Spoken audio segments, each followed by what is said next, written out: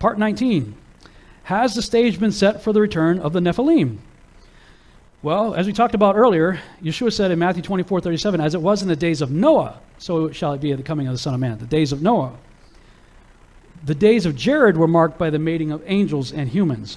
However, it was in the days of Noah that the creation of animal-human hybrids brought about the corruption of all flesh, we read about in Genesis 6:12, which ultimately led to God's judgment with the flood. So if I'm to take Jesus' words in Matthew 24:37 quite literally, all we need to do is turn on the evening news. There we are seeing the repeat, not of angels mating with humans, as in the days of Jared, but rather the recreation of animal-human hybrids exactly as it was in the days of Noah. Remember in Genesis 3, 4, and 5, the promises of the serpent? He says, if you eat of this fruit right here, it says, ye shall be as gods, knowing good and evil. He had three promises. The three promises of the serpent were a promise of immortality. You're not going to die. No. Your eyes are going to be open. You're going to have knowledge. You're going to be like the gods. Well, there's a guy named Professor Nick Bostrom, who's one of the spokespeople for the current transhumanist movement. Listen, remember those three: immortality, eyes open, greater knowledge, wisdom, and understanding, and you shall be as gods, as you listen to his own words about transhumanism. Really interested in is to try to understand the bigger picture for humanity, our place in the world, and what might lie in store for our species in the future, particularly the way we might use technologies to enhance ourselves or to go beyond what we currently think of as our human nature, whether it might be by radically extending the human lifespan through solving the problem of aging, or increasing our intellectual capacities, improving our memory, or taking control of our own emotional states. I think that we are right now in a transitional phase where before the end of this century we will either have gone extinct, or we will have most likely taken the step to become what you might call transhumans or posthumans, or just very enhanced humans that have reached their full potential. The exact same 3 points in the same order. Wow.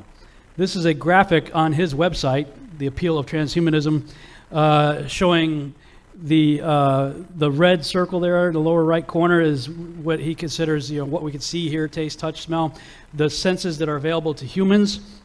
He says the animal kingdom has the larger gray oval there. They can, we have like the radar of a bat or sonar of a dolphin, eyes of an eagle. They have certain abilities that we don't have. So he extends that. He says, but what happens, if we blend animals with humans, we might get this big orange circle there because we could, bring their attributes into our own.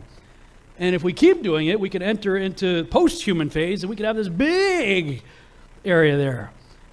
That's a big sales pitch right there. By the way, what if you could live 500 years with, no cancer or anything like that? You could be like Wolverine or Spider-Man or, all these things. The sales pitch is right there, and we're being programmed to accept it. Look, I confess, I enjoy watching those movies, right? As a kid growing up reading the comic books, who didn't want to be like a superhero? Of course, now, the things that I know, I'm going, I don't want to be genetically modified, like they're talking about here. And it's not just the blending of animals. They're also talking about the blending of machines, like Star Trek, the Borg, right? So we can not only enhance ourselves through blending with animal species, we could do it by blending with technology. And we can do cloning. And how many of you have heard of singularity? Singularity, where the machines become smarter than humans.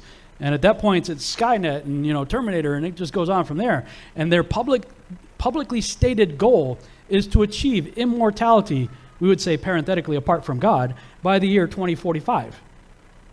And you could go to the website 2045.com, 2045.com, and read about the strategic social initiative that these scientists from all around the world are getting together, and they have strategic markers, and many of them they've already achieved. They had timelines that they had, we want to achieve this by this date, and they did, and they're moving forward, and each progression is leading towards that.